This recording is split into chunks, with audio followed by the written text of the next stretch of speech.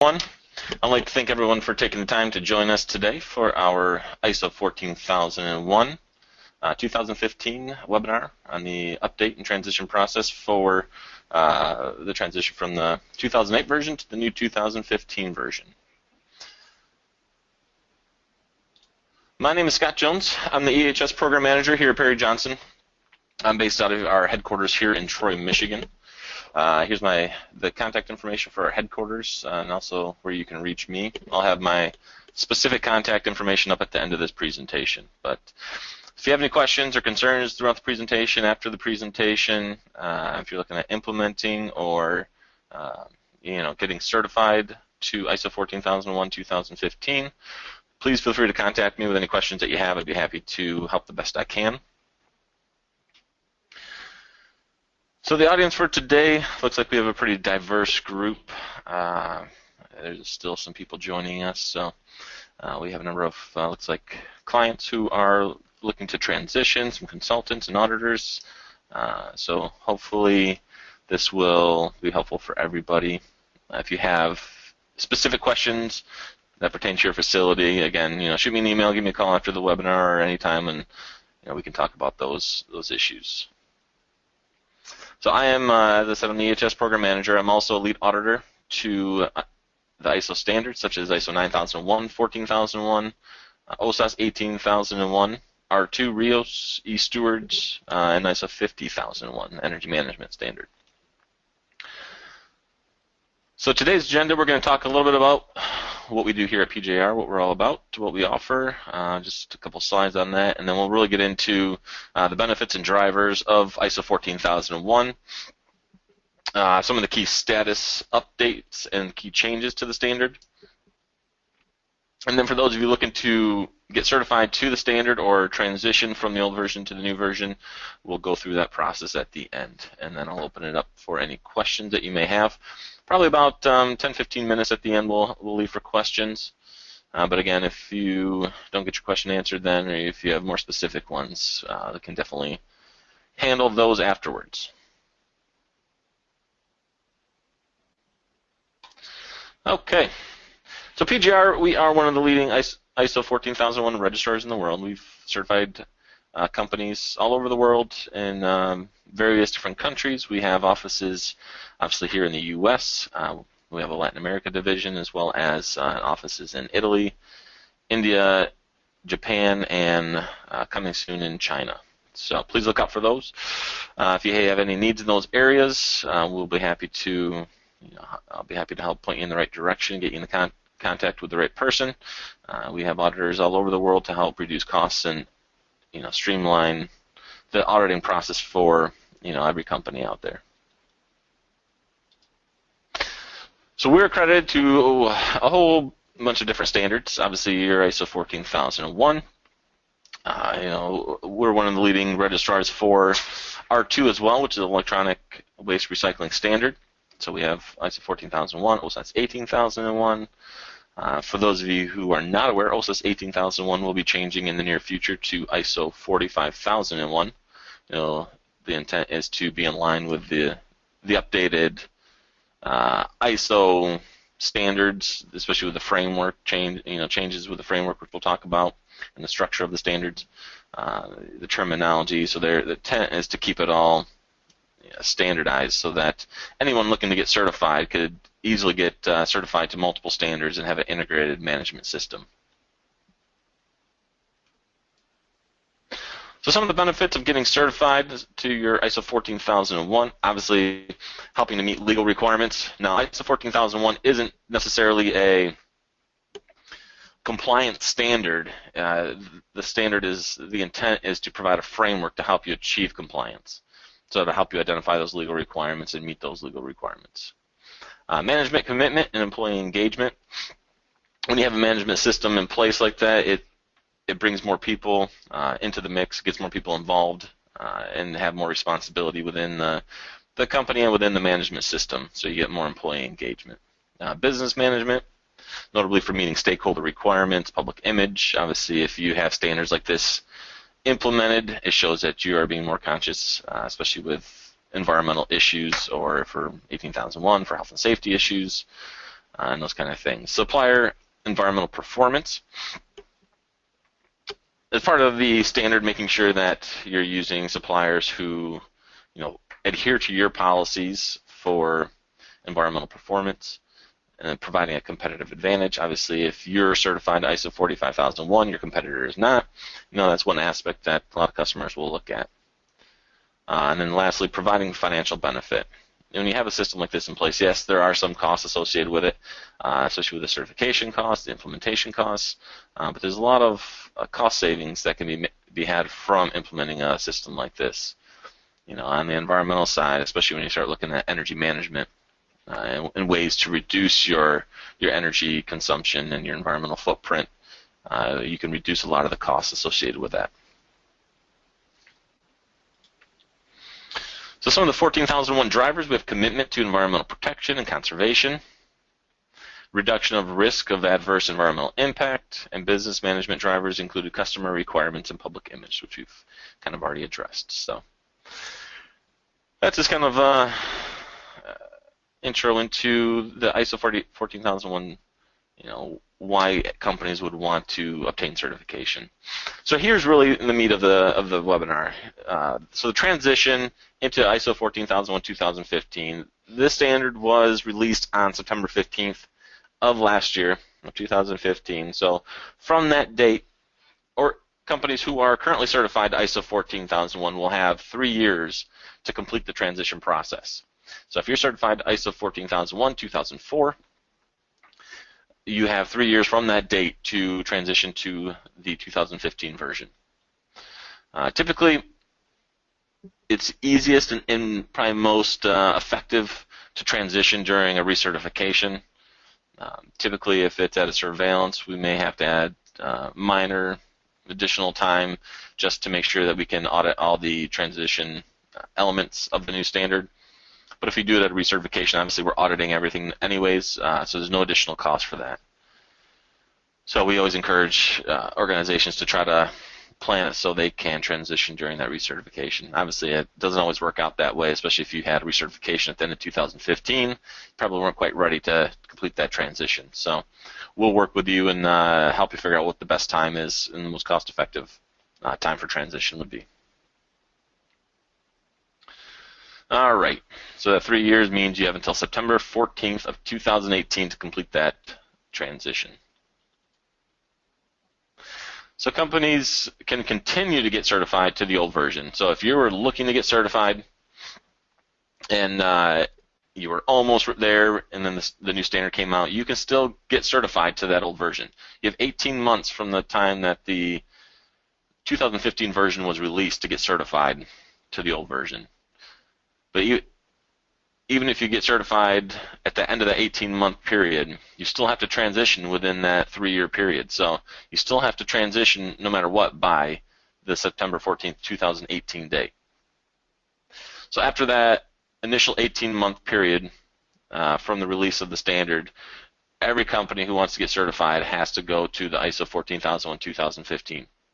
Now again, that doesn't mean that you have to transition by that date. So you still, if you're already certified to the old version, all you need to do is complete that transition audit by September 14th, 2018. So, and if you're currently certified, we have put a little bit more stringent deadline to complete the actual on-site audit, which we'll get to here in a second. So again, all 14001, 2004 certificates will remain valid until their obsolescence date or the end of that transition period. Certifications to ISO 14001, 2004 is equivalent to certification to the 2015 version. So during that transition process, whether you're certified to the 2004 version or the 2015 version, they're considered equal during that transition process. So here we have the May 1st, 2018 deadline. So this is the deadline that you have to have your transition audit completed by, not the actual entire audit process, but your on-site portion of that audit. So after your on-site portion of the audit, if you have any non-conformances, you'll have to get those closed out. And then typically for PGR, we have an executive committee review, someone who will review the audit package to make sure everything's there, all the requirements have been met, and they'll approve that, and then we can issue a new certificate. And sometimes that could take a few months. So we want to make sure that everybody has time to complete that transition by that September 14th, 2018 date. So this is why we say that all audits, on-site audits, need to be completed by the May 1st, 2018 date.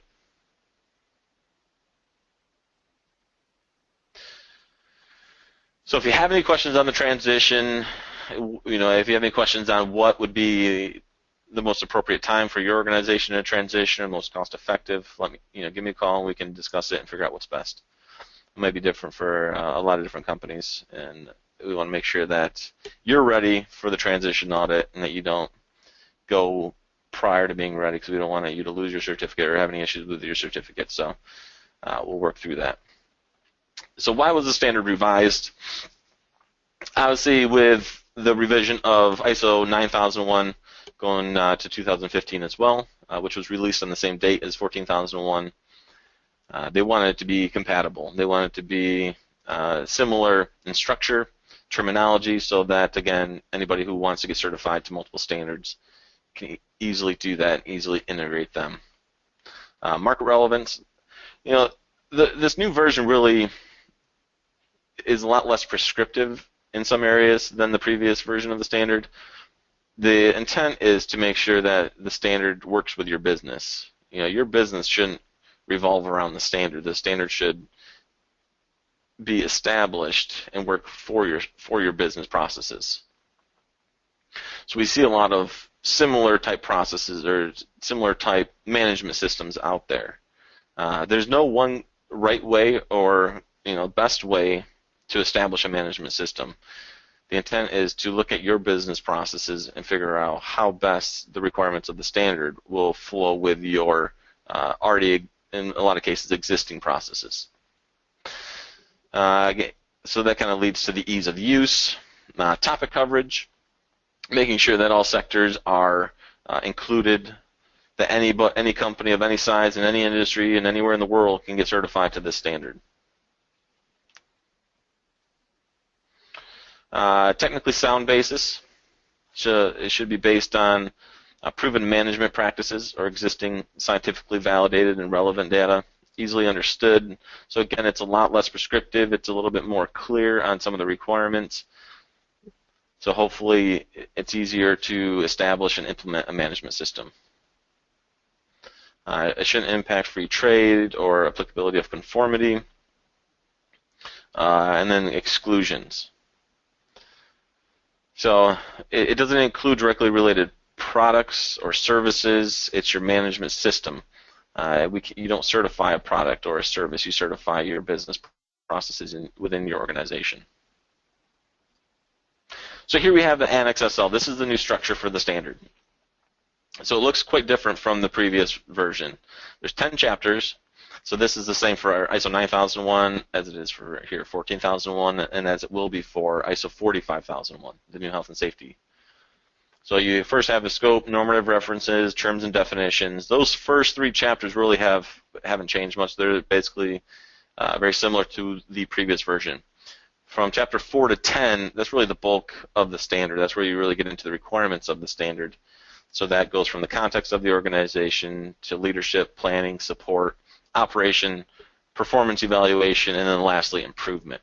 So they've moved around some of the management review, internal audit, compliance evaluation, where those are kind of located throughout the standard, and hopefully making it flow a little bit better. And we'll get into some of the specifics here in just a second on where those are located and kind of a brief overview of each chapter of the new Annex SL. So here we have the PDCA cycle. So it's a plan, do, check, act model for continual improvement. They modified it a little bit. It still follows that same planning. You're basically, so you have your PDCA, your planning, your do, or the support and operations, the checking, or your evaluation, and then that act, which really is the improvement. How are you going to improve your management system? What actions are you going to implement to go back into that planning process to continually improve? So really at the heart of this PDCA, which is really the core difference of this new one, you have leadership. The old standard had the management review aspect to it. the new version gets rid of not management review, management representative. So the new version gets rid of that management representative. We're now focused on leadership, making sure that top management is responsible for the management system. Not just one person, but all of top management. So supervisors, and managers for certain departments are aware of the requirements of their department. Now this is really a pretty significant shift of thinking.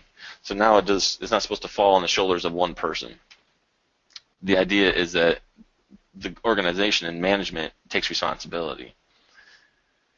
So making sure that if there's legal requirements or objectives associated with a certain department or area, that the supervisor or manager is aware of those requirements and understands the potential impact to those improvements that they're trying to achieve, or it has impact to the management system. So a lot of this falls on the shoulders of the management system. So as auditors, as we go into audit a facility, that's one thing that we will be focusing on, making sure that management in all areas of the organization, that they're aware of their responsibilities for the management system. So we also have, going into it, we have internal and external issues and needs and expectations of interested parties. So there's a shift of thinking from internal communication and the internal mindset to more external, seeing how it can impact the interested parties that are external, which could include neighboring facilities, and how your operations could impact that. So here are some of the key changes in the new standard. So like I said, there's an emphasis on leadership now. There's a focus on risk management, which the risk management is really more new to the ISO 9001. It's not as new to 14001, but we'll discuss that here in a minute. Emphasis on objectives, measurement, and change, and then communication and awareness. And then lastly, fewer prescriptive requirements. So like I said earlier, they get away from requiring specific things within the standard to making it more general, which can sometimes make it harder to implement because it becomes a little bit more subjective in some areas and up to interpretation. So again, if you have questions on the interpretation of some of those requirements, we'd be happy to help here at Barry Johnson. Obviously, we can't tell you how to do things or what to establish and implement, but we can help clarify those requirements. So some of the changes, again, we have strategic environmental management. So there is an increased prominence of environmental management within the organization's strategic planning processes. So within the organization's business processes, your planning processes, making sure that, you know, the environmental management aspects or portions of that are embedded into that strategic planning process. Again, we've talked about leadership,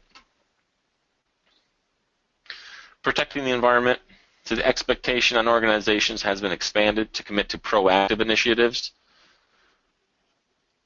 So the previous standard had a large focus on the preventive and corrective actions, making sure that you identify preventive actions to mitigate any potential issues. Now, there's no specific preventive action in the new standard. What it says is that, you know, basically this ISO 14001 is meant to be a preventive action. So the 14001 standard is meant to identify areas that within your environmental management system that you can improve. Some of these things can include prevention of pollution, sustainable resource use, climate change mitigation and adaptation, protection of biodiversity and ecosystems. So that kind of leads to the environmental performance. So there's a shift in just, I'm going to continually improve my management system. We're going to improve it by, you know, creating new procedures or more documentation. I mean, that's not the intent or the purpose of the standard. The purpose is to improve your environmental performance. So how can I, year after year, show that I am improving my environmental performance? Well, a lot of ways that's done is through your objectives and targets, establishing measurable objectives and targets that show, you know, without a doubt that you are in fact improving that. Obviously, that can be difficult sometimes to come up with those measurables, but that's really kind of the key focus of this new standard. It's that environmental performance. And then we get into life cycle thinking. So it's not just my operations at my facility, how are they impacting the environment? You're looking at the life cycle thought process from basically cradle to grave, from the beginning of the process to the end of the process. So that includes not just what's happening on your facility, but from the beginning, how is that product being designed? How is that service being designed? What type of raw materials are going into that product? Can you use more environmentally friendly raw materials into that product?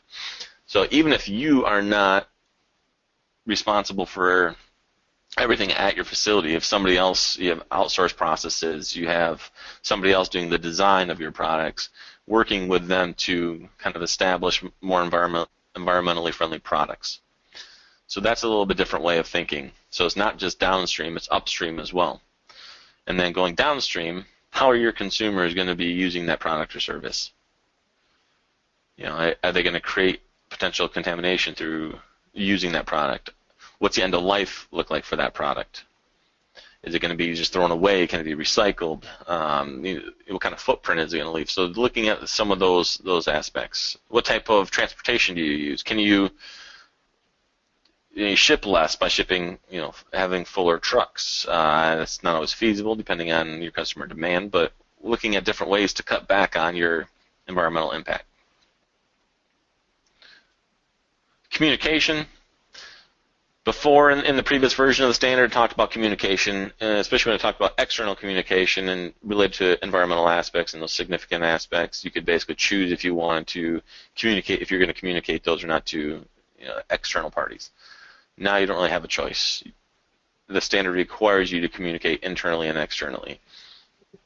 For example, communicating externally to neighboring facilities of, if your facility has the potential to impact environmentally a neighboring facility, making sure you communicate any issues with that. If you have chemicals on site and there's potential for chemical release, whether it's through air emissions or water emissions, making sure that they are aware of your emergency response plans and if they require evacuation procedures.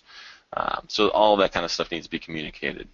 Documentation, we get away from you need to have a documented procedure. You need to have documented forms and everything else. Now it says you need to have documented information.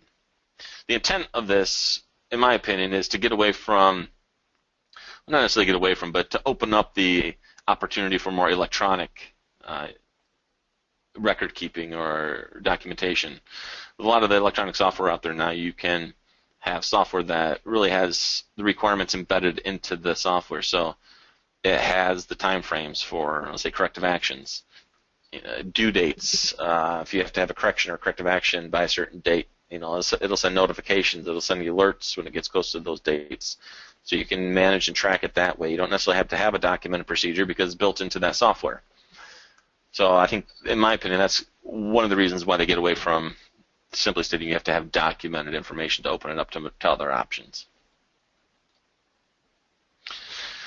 All right, so that's kind of a brief overview of some of the core changes. Now we'll get into really a chapter-by-chapter breakdown.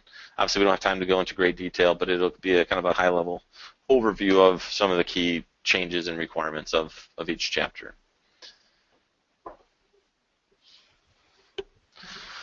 So in Chapter 4 talks about the context of the organization. This is really how you're going to set up and establish your management system.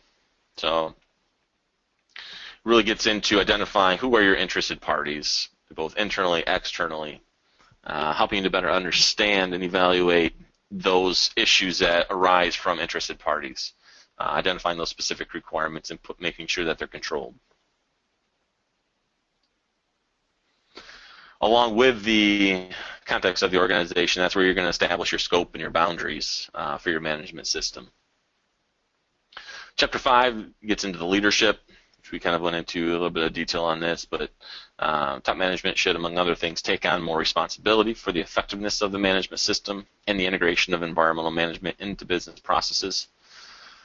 So again, really bringing the management system into your business processes, not kind of having it be this standalone system that doesn't really flow with your business processes. It's there to meet the requirements of the standard, but doesn't really work with your business processes. That's not the intent. So top management should take that management system and embed it into the business processes.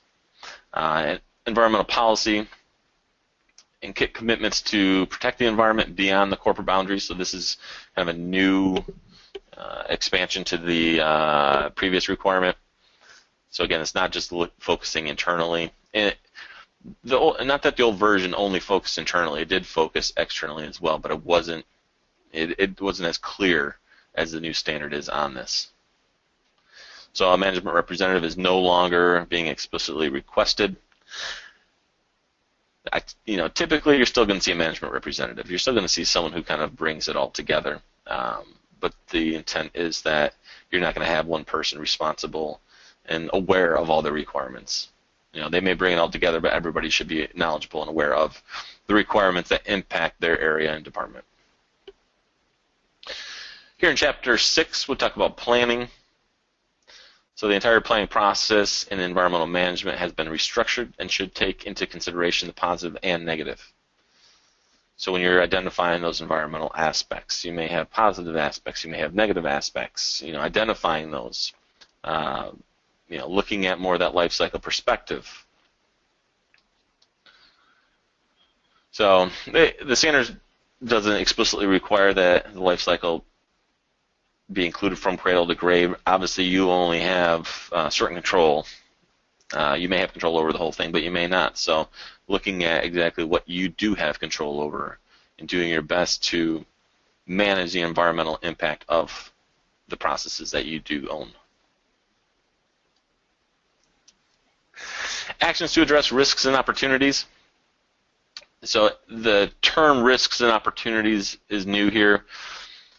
The concept is similar to what was in place before, though. You have your environmental aspects, you have your compliance obligation, you have other requirements. From those three things really is what your risks and opportunities come from. So your risks are really, the adverse environmental aspects and impacts that you're trying to mitigate and reduce from ever happening. The opportunities are areas that you can potentially improve upon. So if you have an issue, you can't change the type of product or change the type of material or chemical that's being used. You might put secondary containment in place to help reduce the likelihood of any spills or anything like that. So that's a risk you're going to try to mitigate and reduce.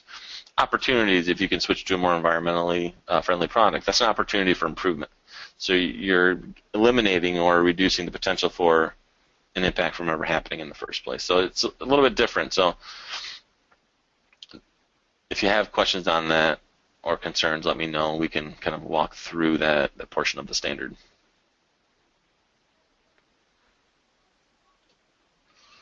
Then we have environmental objectives. So again, you're still going to look at those significant environmental aspects, associated compliance obligation, and then risks and opportunities. Environmental objectives is really probably one of the best ways to really track and monitor the progress and the improvement of your environmental management system. So coming up with those measurable objectives, obviously not all of them have to be measurable, but coming up with as many as you can so you can show that continual improvement. Prior to the release of these standards, really your energy management, your ISO 50001 was one of the only standards that required organizations to show that they are in fact improving their energy performance. So the environmental ISO 14001 is now moving in that direction. So they want, as part of the continual improvement process, to show that you are in fact, through objective evidence, improving that environmental performance. Obviously, when you talk about the environment, it's a little bit more difficult than energy. Energy, typically you have numbers. We reduce our energy consumption. You can look at utility bills. So it's a little bit easier sometimes with the energy to show that. So a lot of times, if you don't have ISO 50001 in place, or if you're looking at it, that can kind of be incorporated into your 14001 as well. All right, Chapter 7 addresses the support requirements. So the commitments to environmental protection are to be given more consideration in terms of communications as well. External representation and reporting must be regulated. And with respect to the documents and records, only the term documented information shall be used in the future. So again, thus taking account the use of modern recording media. We talk about operation for Chapter 8. We get in again to that life cycle thinking, that upstream and downstream. So making sure that you're paying closer attention to the impact upstream as well as the impact downstream. So that includes every aspect from potential cradle to grave that you have control over, whether it's transportation, the end use of that product, or the end of life of that product. All that should be taken into account now. So a lot of these requirements aren't that drastically different from the previous version, but it's expanded on pretty significantly on what some of those requirements are, as far as external issues and upstream and downstream issues. So here you have your life cycle perspective. So when considering this, you need to look at the design and development process, your procurement process. Are you using suppliers and contractors who will adhere to your policy, who take into account the environmental improvement aspects that you're looking to achieve? Communicating your basically relevant environmental issues and requirements to external providers, including contractors, including regulatory agencies. And then consider the need to provide information about potential significant environmental impacts associated with the transportation or deliveries, end-of-life treatment, and final disposal of its products and services. And Chapter 9 is the performance evaluation. So this chapter's changed pretty significantly. It's a little more all-inclusive of a lot of the evaluation and checking components. The management review is now included in this performance. The management review is always kind of thought of as that ACT portion, but now it's really built into the C portion of the PDCA, that evaluation and checking portion. So based on the extended environmental assessment expectations for environmental performance, evaluations are now also being raised, so includes performance of environmental objectives. Monitoring and measuring will also include all other corporate commitments and risks in relation to environmental performance. And then lastly here we have Chapter 10 on improvement. So the correction of nonconformities as well as the continual improvement process will now be focusing more on the organization's surroundings and the improvement of environmental performance. So your corrective action process and your improvement process is now built into Chapter 10. So, and then at the end of the standard, you have Annex A, which is the guidance on the use of the international standard. It provides a lot of good information on clarifying some of the requirements within the standard. So if you have questions, I would first go to Annex A, take a look at that, see if that helps to answer your questions. But again, you can always contact me as well. And then Annex B shows a comparison of the ISO 14001 2015 version versus the ISO 14001 and 2004 version. And then at the end, you have your bibliography of any reference documentation materials that were used. But they're both very helpful. Both Annex A and Annex B are very helpful in transitioning and understanding what some of these new requirements mean, especially when you're trying to do a gap analysis and understanding, what you currently have in place and what you need to implement and establish to meet the new requirements. If you go through that Appendix B, it'll kind of lay out what you have and even what you have and where it's potentially located in the new standard. So a lot of what you have may sound a little bit different, look a little bit different in the new standard, but the requirement really hasn't changed that much. So making sure that you're not changing just for the sake of changing, that you really understand the requirements and really understand if what you have needs to be changed. Because a lot of it can fit somewhere into the standard, and you may expand on parts of it a little bit, but a lot of it will still meet the intent of the requirement. Now again, as far as the documented information goes, not saying that if you have environmental manuals, you have your procedures and policies and all that in place. It's not saying that you now have to get rid of all those because they're not required. I expect a lot of companies to keep their manual, keep a lot of their procedures. It's just leaving it a little bit more open for interpretation as to what that documented really means and what it needs to look like.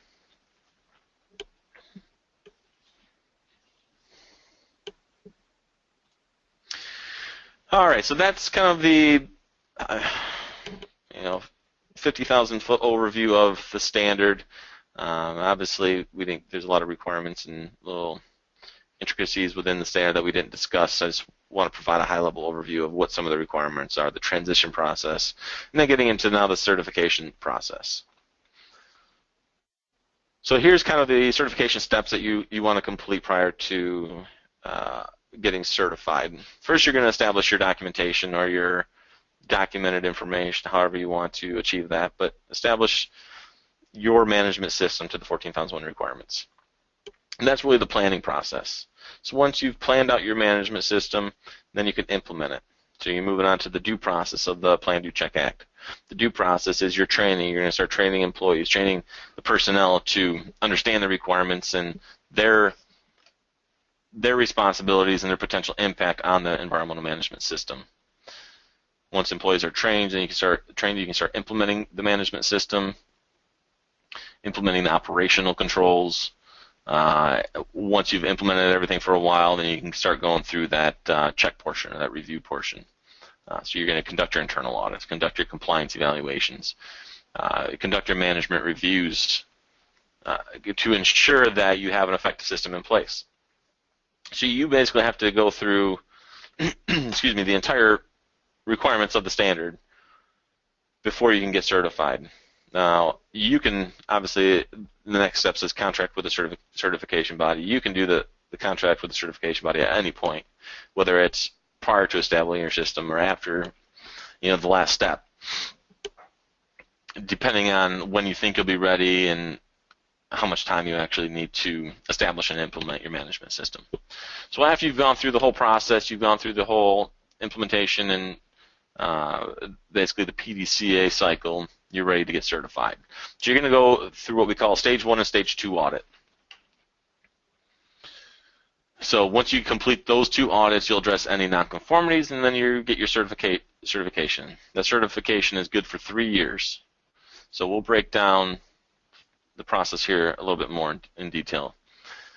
So the Stage 1 really is a documentation review. We're coming in to make sure that you've established your management system effectively, that you've met all the requirements that are laid out in the standard, not the actual implementation that you follow through on those requirements, but just that you've identified the requirements, you've established the requirements. So we check that to make sure you're ready for the Stage 2. The Stage 2 typically occurs 30 to 45 days after the Stage 1, and this is your basically implementation of your management system. We're going to go in and basically make sure that everything that you said you were doing in the Stage 1 that you are in fact doing. So we'll come in and we'll verify all that information. It's a full system audit, so we'll be auditing every process, every aspect of your management system. Obviously, every audit, any audit is a sample. We don't have time to audit every single record, every single piece of paper, talk to every single employee. We just wouldn't have time for that, and you would not want us there for that long. So really what happens is we do a sampling, we get a comfort level and confidence that your management system is effective. If there's any issues identified, we call those nonconformities. They could be minor, they could be major, but any nonconformities that are identified need to be addressed prior to us issuing your certificate. So once you've passed your Stage 1 and your Stage 2, we've issued your certificate, and it's a 3-year certificate. You're certified for 3 years, but you still have to go through surveillance audits. So following your initial Stage 1, Stage 2 audit, you'll have surveillance audits annually, or semi-annually if you choose. For those annual audits, you'll have 2 surveillance audits following your initial certification audit, and then that 3rd year you'll have a recertification audit. So the surveillance audit is a partial system audit. We're looking at areas of previous nonconformities. We're looking at areas, core areas of the environmental management system that we'll audit every time, your internal audits, management reviews, objectives, those kind of things. So those are things we're looking at every year, and then, again, any areas of concern, we'll audit that as well. And then that recertification audit is, again, a full system audit where we go through and audit all processes. So that audit is good for then another 3 years for your certificate, and you repeat the cycle. So that really is kind of the basis of the certification process. It's the same for your ISO 9001 or any of the other ISO standards. So that's really it. That's kind of the high-level overview of the standard and the requirements. I will be happy to open it up to questions. If you have questions, please feel free to type them into the question box, and I will go through and answer any of those, whether it's related to the transition period or requirements of the standard or the certification process. Now, if you have, again, specific questions that you want to ask about when you should transition, give me a call and we'll discuss that. I'll look up your audit program and we'll figure out when the best time would be to transition.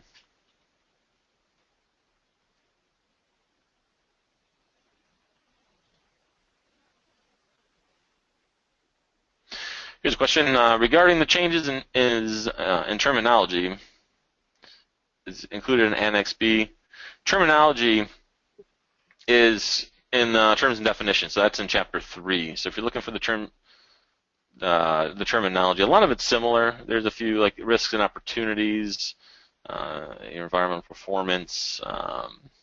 So there's a few that are slightly different that you can find it in Chapter 3, but for the most part, they're very similar.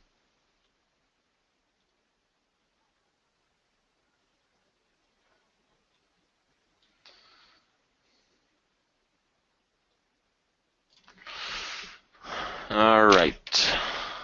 Next question. If transitioning from 2004 to 2015, Stage 1 audit is not required, question mark. You are correct. So if you're transitioning from the old to the new, there's no Stage 1 required. It's basically, you can transition during a surveillance audit, you can transition during a recertification audit. So there's no Stage 1 required. We basically go in and make sure that the new requirements have been addressed. So that's why typically if the audit's conducted on a surveillance audit, we may add a quarter day or a half a day or something to make sure that the auditor has time to audit those additional requirements. If it's a recertification audit, it's a full system audit anyway, so we go through and audit all the processes and transition you at that time with no additional time. But to answer your question, no, there's no Stage 1 that's required.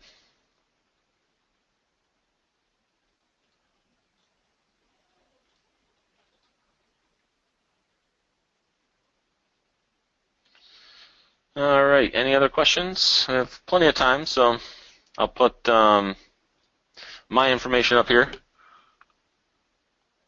So here you have my information, as well as Austin Matthews, who's the Assistant Program Manager. So if for some reason you can't get a hold of me or I'm out of the office, you can always get a hold of her, and she can answer your questions as well.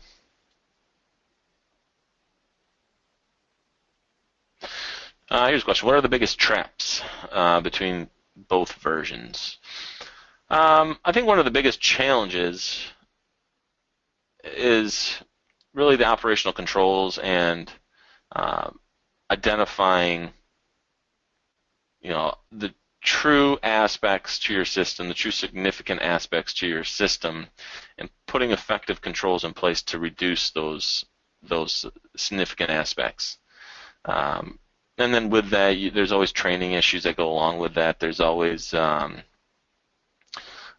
compliance evaluation issues. One of the bigger issues with compliance evaluations is having somebody who's trained and competent in the compliance requirements to be able to complete that compliance evaluation. So, for example, for smaller companies that may not have a lot of the resources that some of the larger companies have, you may not, especially when you're starting out establishing an ISO 14001 system, you may not have somebody who really truly understands the requirements, the legal requirements, the regulatory requirements of your facility. So it's hard to say that you've conducted an effective compliance evaluation when the person that you have conducting it really isn't competent.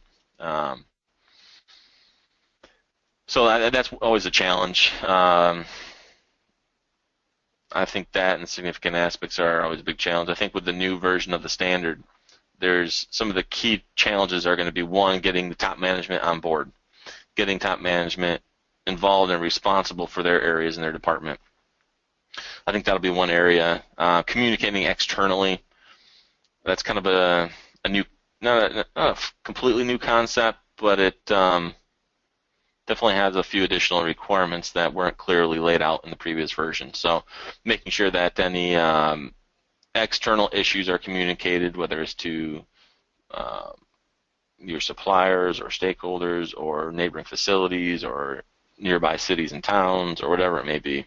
Externally, you don't have to communicate obviously everything to them, but you have to communicate what's relevant to them.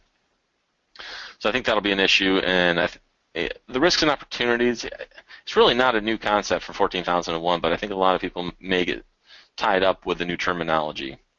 So I would just suggest that you don't think too deep on this one. You have your aspects, you have your legal requirements, identifying, from those lists, what are areas what are your risks, what are your opportunities, and kind of laying those out a little bit more clearly.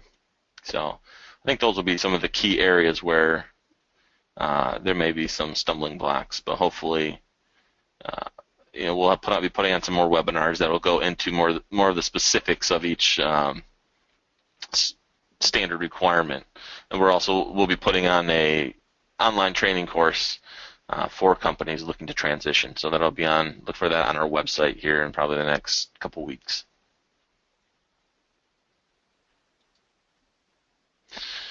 All right, any other questions?